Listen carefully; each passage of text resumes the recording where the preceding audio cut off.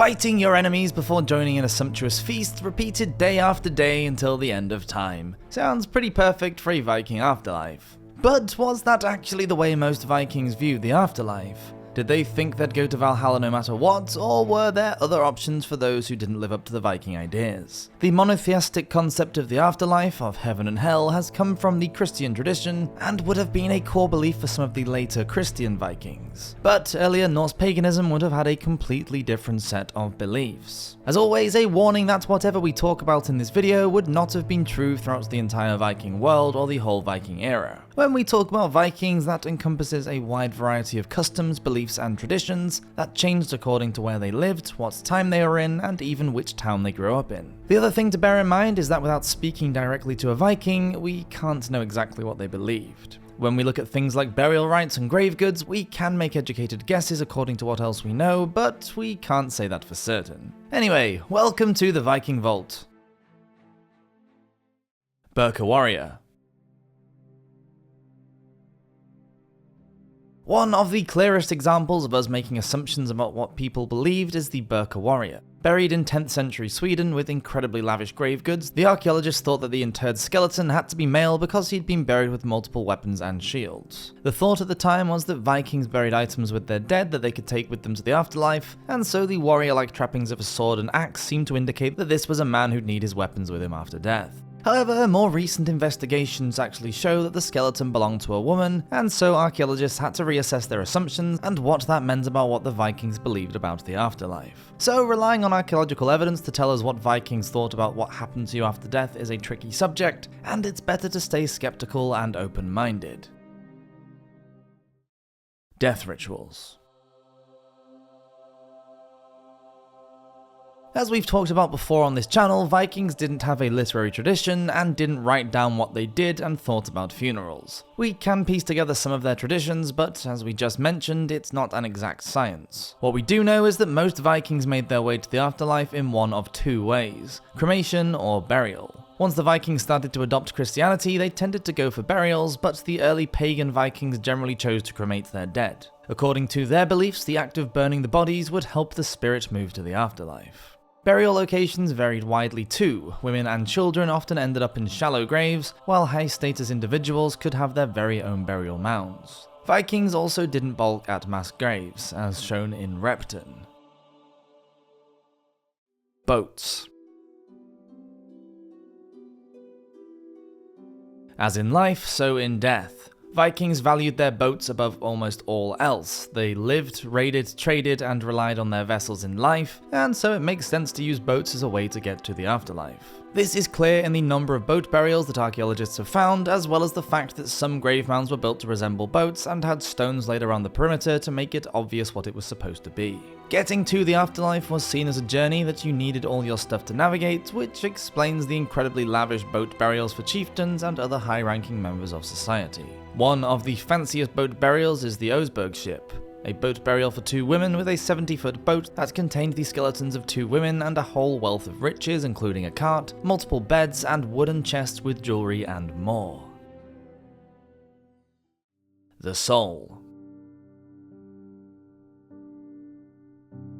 A Viking's physical remains were cremated or buried, but what about their metaphysical essence? Well, it seems as though the Norse idea of the soul is very different to what we think about it today, or even what contemporary Christians believed. According to Viking beliefs, the self was made up of 4 distinct parts, and where each part ended up could change. Generally speaking, you could end up haunting your old home, haunting your grave, going to one of the god-run realms, or perhaps even going somewhere else completely. As the Viking view of the self was so complicated, it didn't really translate easily to the Christian view of the soul. The 4 parts of a Viking person were the hamr, the huga, the fjolger, and the hamingja. The spiritual parts of yourself were thought to end up in one of the spiritual afterlives we'll explore now.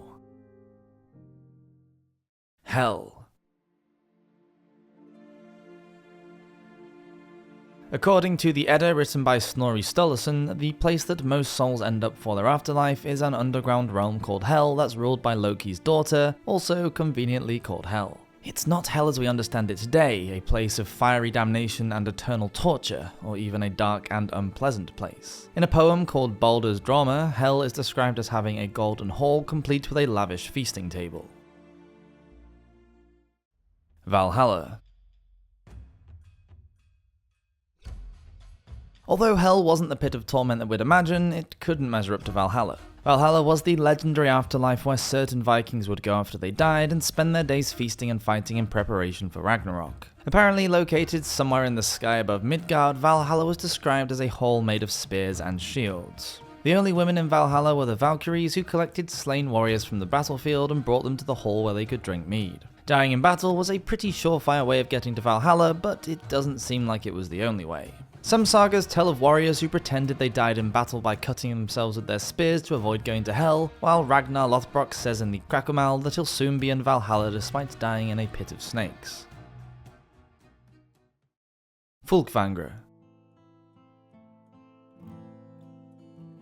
Valhalla isn't the only option. There's another afterlife called Fólkvangr, which is said to be ruled by Freyja, the goddess of love, war, beauty, and more. According to Snorri's Edda, Freyja chose half of the battle-slain warriors to join her in Fólkvangr. It is described as some sort of meadow or field where warriors can dine with Freyja. Although the sagas never explicitly stated, it seems that Fólkvangr might be a place where women who've died a noble death can go.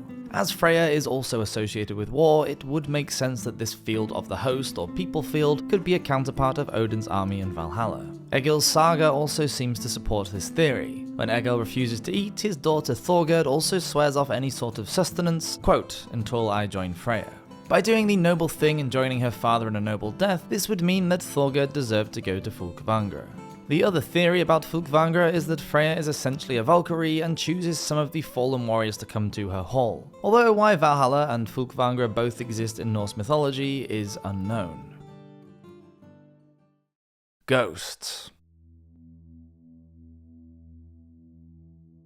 If you weren't lucky enough to go to one of the feast halls in Fólkvangr or Valhalla, you may end up wandering the mortal realm as a ghost, either a Hogbush or a Draugr. A Hogbush was a soul that stayed haunting their burial mound, whilst the Draugr was a ghost that would come out at night to harass the local community. A Hogbush was relatively non-threatening so long as you didn't disturb their grave. If you did, then it was kind of your fault for desecrating their burial. On the other hand, the Draugr was a vicious being that would take their displeasure out on everyone nearby for even the most minor issues. A Draugr could come into your home and attack you for any reason, from being grumpy to being annoyed by the fact that they were dead and you were alive, to not being buried properly. Funerary rites were important to the Vikings as it meant honouring the dead and showing them their due respect. If a soul felt that they hadn't been laid to rest properly, then the Vikings believed they'd come back to show their displeasure. Ragnarok and Rebirth. So it turns out nothing is free in the Viking Age, not even a meal and a cup of mead. Although you'd stay pretty much the same as when you were alive if you went to Valhalla or Fólkvangr, you could expect to be called upon as part of Odin's army when the end of days rolled around. Ragnarok, if you weren't already aware, is the battle to end all battles that comes at the end of days. It's the ultimate showdown between the gods and the giants in Norse mythology and leads to the birth of a whole new world, although that bit might have been a little bit Christianized. As the ages wear on, the story goes that Loki and his children begin to chafe at their bonds. Jormungandr, the Midgard serpent, begins to writhe and break his chains beneath the sea, releasing Fenrir, Loki's wolfish son. As Jormungandr and Fenrir break free, the goddess Hel gives them an army of the dead, who follow their monstrous leaders on a ship built of nail clippings. Loki leads his children and the ghastly army to the final battlefield, where all those who've dwelled in Valhalla are grouped ready to fight the undead horde. As the gods fight the giants, there are horrific losses on each side. Odin falls, as does Thor and his brother Loki, Heimdall, and more. In the final throes of battle, Sutra sets the world ablaze with his sword, and the 9 realms fall. The death of the gods and giants foretells the death of all. Every realm, including ours, is burned to nothing. But from the ashes, 2 humans survive and come forward to repopulate the earth and begin the cycle once again. No Judgment Day. Vikings didn't believe in the same heaven and hell as modern Christians do, and they also didn't believe that your actions in life would necessarily condemn you to an afterlife of torment and despair. Death was tragic and the deceased needed to be treated correctly and remembered for their good deeds, but being a warrior didn't automatically grant you access to Valhalla. The Valkyries chose a selection to go to Valhalla, more went to Freya's realm, some ended up haunting their own tombs, and others ended up in hell. And why you went there was anyone's guess. The Vikings didn't see the afterlife as a punishment or a reward. It was simply another way of existing separate to the mortal plane. You weren't judged, simply asked to have lived your life to the fullest and to the best of your ability. Thank you for watching this episode of the Viking Vault. Please do subscribe if you're enjoying these videos, and I'll see you next week for another one. Until then, have a great week. Cheers.